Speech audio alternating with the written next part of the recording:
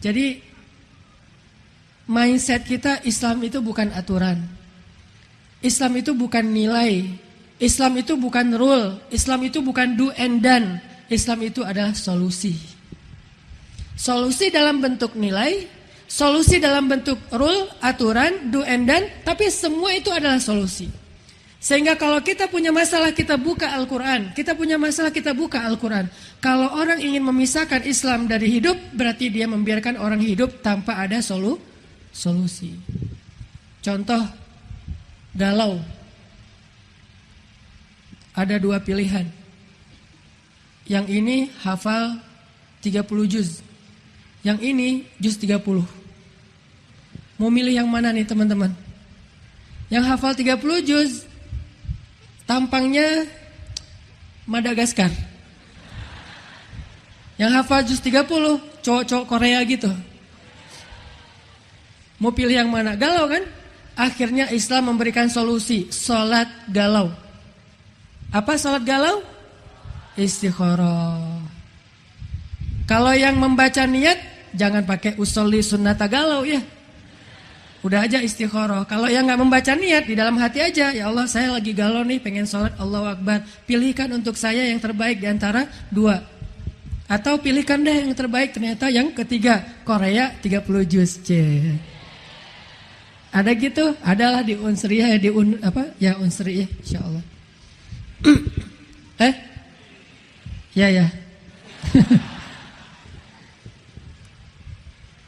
Apalagi masalah kita baper sama orang lain. Pernah nggak sahabat baper? Pernah.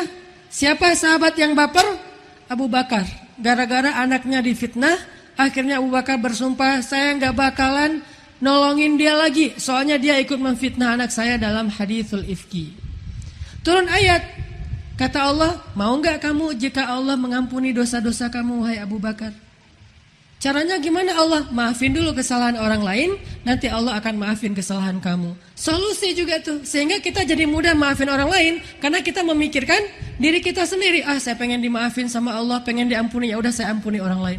Tapi susah banget Ustaz, dosanya terlalu besar. Apa emang dosanya? Orang Arab, warga negara Perancis, dagang.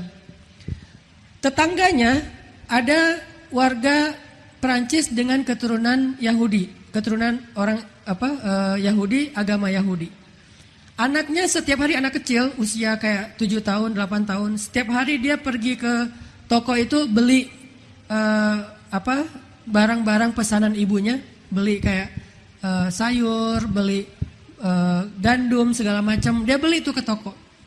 Setiap kali dia belanja ke toko, ternyata si anak ini nyuri coklat. Permen coklat gitu, dia curi. Hari pertama dia ngambil, gak ketahuan. Kedua gak ketahuan, terus saja kayak gitu. Orang Yahudi, anak kecil, namanya Jad. Dia ngambil. Setiap dia belanja, pasti dia nyuri permen coklat. Sampai satu hari, dia belanja, pulang, lupa nyuri. Jadi nyuri juga bisa lupa. Kalau lupa gimana caranya?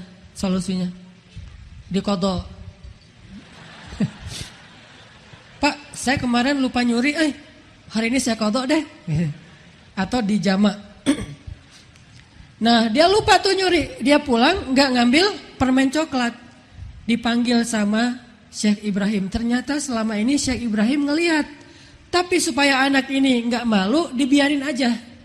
Ngelihat, oh dia ngambil. Pas kali ini dia lupa, Syekh Ibrahim bilang, nak kesini. Ada apa Pak? Nih coklat, kamu lupa. Dia langsung kaget. Untungnya dia gak bilang astagfirullah, karena orang Yahudi kan. Dia kaget. Jadi selama ini Bapak tahu kalau saya nyuri coklat? Tahu, kata Bapak ini. Terus gimana nih? Bapak mau ngelaporin saya ke polisi? Mau ngasih tahu ke orang tua saya? Kata Bapak ini, enggak. Bapak enggak akan ngasih tahu ke siapa-siapa. Yang penting kamu mau berjanji enggak akan nyuri lagi. Kalau mau minta, pasti Bapak kasih. Akhirnya dia respect nih sama si Bapak ini. Mulailah dia kalau ada masalah sama temannya curhat ke si Bapak ini. Ketika dia ABG diputusin sama temannya, dia curhat sama Bapak ini. Pokoknya Bapak ini jadi sahabat dekat dia, tempat dia curhat. Dan Bapak ini enggak pernah ngomongin tentang Islam, Al-Quran, Allah, ngajak masuk Islam, enggak sama sekali. Akhlak aja nih.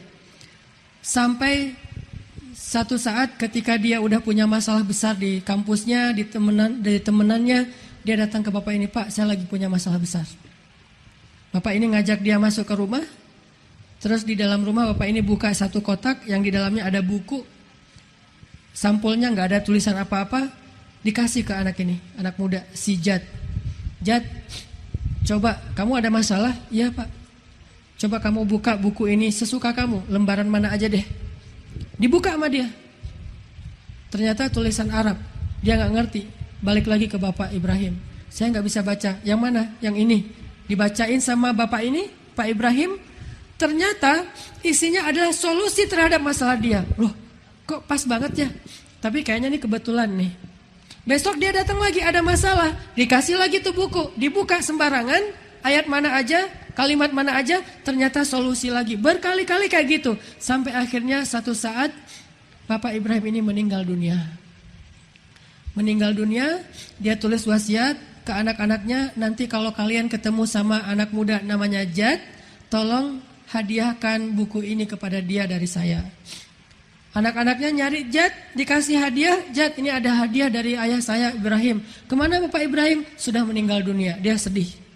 Dia buka tuh buku, masih buku yang sama, gak ngerti. Dia panggil seorang warga Perancis keturunan Arab yang bisa bahasa Arab. Temenin gua dong, ngapain bacain buku ini. Ini apa, ini apa, ini apa, ini apa. Udah banyak dia pelajari dari buku itu. Dan dia takjub banget. Ada buku yang seluar biasa itu. Semuanya adalah kebijaksanaan. Semuanya adalah solusi. Akhirnya dia kepo, dia nanya, sebetulnya ini buku karangan siapa? Kok keren banget isinya? Semua isinya adalah solusi masalah saya. Saya lagi galau, di sini ada ayat galau. Saya lagi sedih, ada ayat sedih. Saya lagi diputusin, ada ayat supaya tegar gitu. Semuanya ada di sini. Ini siapa sih yang nulis buku ini, kok keren banget? Dibukalah sampulnya. Dikatakan ini adalah Al-Quran. Ditanya sama orang ini, sama si Jad, Al-Quran itu apa? Al-Quran itu kata-kata dari pemilik langit dan bumi, Allah Subhanahu Wa Taala. Inilah kitab suci orang Islam. Mulailah dia sadar kalau selama ini dia sebetulnya sedang mempelajari agama Islam, masuk Islam. Lihat, Islam adalah solusi dalam hidup kita. Al-Quran adalah solusi. Dia bukan cuman buku yang dibaca minimal sehari 1 juz, udah selesai gitu, udah beres. Kita harus mempelajari. Kita dengarkan para ulama yang mentafsirkan Al-Quran kemudian menyampaikan kepada kita. Sehingga kalau kita pisahkan dua hal ini sama seperti kita membiarkan seseorang itu terpuruk dan tidak diberikan solusi apapun. Makanya di zaman sahabat dulu Al-Quran turun kan gak sekaligus ya. Turun kan berangsur-angsur. Ada masalah turun ayat, ada masalah turun ayat. Baru setelah sempurna 30 juz, ayat itu disusun kembali menjadi mushaf yang sekarang kita baca. Aslinya kan gak gitu turunnya. Acak gitu, surat pertama di juz kesekian, surat kedua di juz kesekian. Bahkan surat Al-Baqarah aja, itu turunnya entah berapa tahun tuh. Bukan alif lam mim duluan, ayat ini duluan terus ganti. Baru disusun jadi surat yang namanya Al-Baqarah. Berarti kenapa Al-Quran turunnya kok berangsur-angsur? Karena dia turun sebagai solusi terhadap masalah yang sedang dialamin oleh hamba-hamba Allah.